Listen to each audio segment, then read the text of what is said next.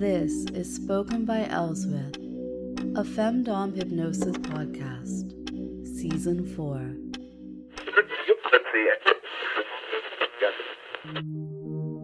Today, we have a bondage game, something to explore in this podcast episode.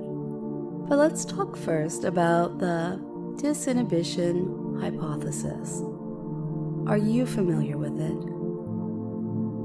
Basically, the disinhibition hypothesis, it predicts that power frees people. It allows those fetishes to run wild, increasing the S&M thoughts in everyone. Although it proposes that for guys, it's a masochistic thoughts. Those are the ones that find room to fly. And for women, you guessed it, it's the sadistic ones. It's that typical stereotype of the male CEO of some beige and blue company that finds release on the weekends by getting his ass spanked by some lovely woman. Any truth in that for you? Men who didn't want to be in charge were less interested in sadism when they had more power. But men who wanted to be in charge were definitely more interested in sadism when they had that power. This pattern, it suggests that men felt free to take on the role that suited them personally, not the one that suited the so-called masculine ideal. This is where the findings most strongly support the hypothesis, and they challenge that playing out hypothesis. Powerful men are not enacting their typical roles of domination, but tapping into a buried interest in submission that basically clashes with societal expectations. But here is another twist.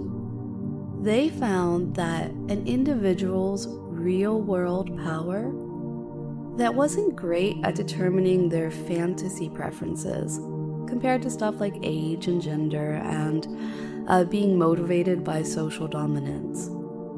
Social dominance predicts arousal to sadistic thoughts in both men and women. But for women, social dominance predicted greater enjoyment in submission fantasies. Now, I am not sitting here to make some big confession to you. This is why it's actually this particular study and comparing this research was interesting to me. Because this conflict, and I definitely see it as a conflict, it exists because one group defines submission fantasies and the whole sadomasochistic idea, torture, humiliation, and so on, okay? The other group, they define submission by using the story of someone overtaken by a passionate partner. Does that sound familiar? I know many of you have indulged in the latest Sabriel session. If you also picked up the slap, you'll likely get the idea that other research holds up. Socially dominant women enjoy being sexually irresistible to an equally dominant partner, but don't want to be humiliated in the bedroom. But they do get a kick out of humiliating others. Now, do I want an equally dominant partner? Fuck no. That might mean I have to start doing chores. So, S&M school is done for today. Let's move on. This is a bondage game, spoken by Elswith. Let's play a little game. This game requires that you have some private time, so if that isn't the case at this moment, if you've been listening so far on the subway or in line at a subway, then pause this. Get yourself a cookie with your sandwich, the rainbow one, if they have it, and come back to play later. Okay, ready? Good. You can be on the bed, but the floor is likely better, more stable, and you're going to adopt the present position. You really should know this by now, but let me show you the basics. Kneeling with your knees wide apart. Sit back on your heels. Got it so far? Kneeling, knees wide apart, and sitting back on your heels. Put the backs of your hands on your thighs and your palms open. Now lower your eyes. Good. I'm going to practice a knot. A really simple knot. I'm going to use 2 lengths of red cord to tie this knot. First, it's going to be your right leg, your right hand. Feel the cord being passed under your upper leg, near where it's folded up to your ankle. It's doubled over, and I'll pull it through, around, over, and I'll tuck it up closer to your knee slowly. I'm going to do this 5 times, and each time I'm going to wrap this doubled length of cord over your wrist, pulling it closer, tighter into your thigh. This is the second time. Under, now and over, leaving 4 strands wrapped around you. Breathe in deep to 3, 4, and out. Good. Relax into a comfortable, slow rhythm of breathing, like you love to do for me. You're safe here. This is fun, and you're letting me practice, right? Then the 3rd time, pulled through near your ankle, tugged up closer to your knee, leaving 2 more passes. Then the 4th time, feeling my fingers now, lining up each of the 8 loops of cord so they form one tight block, compressing you, gripping you firmly, not sharply. Then the final time, around once more. Feel me twist the ends of the cords together, loop them around each other, knowing that I'm nodding. Perfect. Oh, but not finished. Let's start again on the left. And you know how it goes.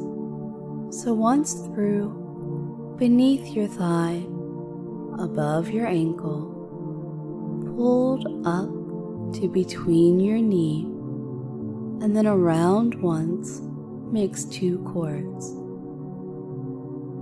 Around twice makes 4 cords, and 3 passes left, which pass as quick as long, slow, deep breaths. The cords dressed in neat rows side by side. My fingers glide now, smoothly, deftly passing through the last time, matching the tension of left and right, so it's not too tight, just right. And then the bite, and 2 loose ends become fast friends. Good boy. You're stuck, aren't you? On your knees. I like it a lot. So, this simple tie, it isn't very strong. To tie wrist to calves this way, you normally use the rope to cinch itself around both limbs. A 2-column tie, we call it. I expect you to escape, in fact. Oh, does that surprise you? That I expect you to escape. Because you're held here by these cords, these thin red cords, only as much as you're willing to be held, to not struggle. And with a short time wiggling, testing them, you will slip free. And just the same, you are held here by words, my words. And those words are also something that you can choose to struggle against. So I'm going to let some music play, and when the music ends, you will be free of the red cords. And my suggestion that you stay where you are. But I want you to continue to be on your knees. I want you to continue to present yourself to me, sitting on your heels, palms open. And in the meantime, you can wiggle, you can test the cords, my words, as much as you like. At this moment, right now, you can be completely free of the red cords around your wrists and thighs. I hope you enjoyed this game. It's just a little taster of something else to come. No matter the result, you should feel pride in yourself. You should feel it pour over you.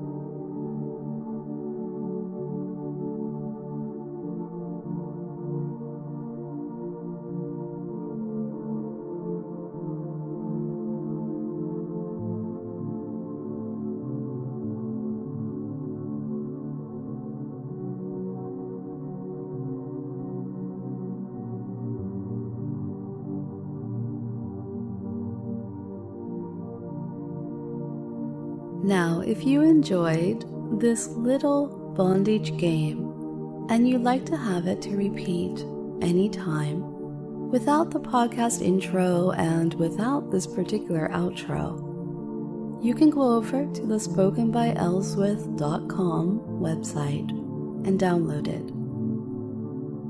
It's available there as a little standalone session, along with the other podcast sessions that you've listened to, all of them available over there without the intros and without the outros.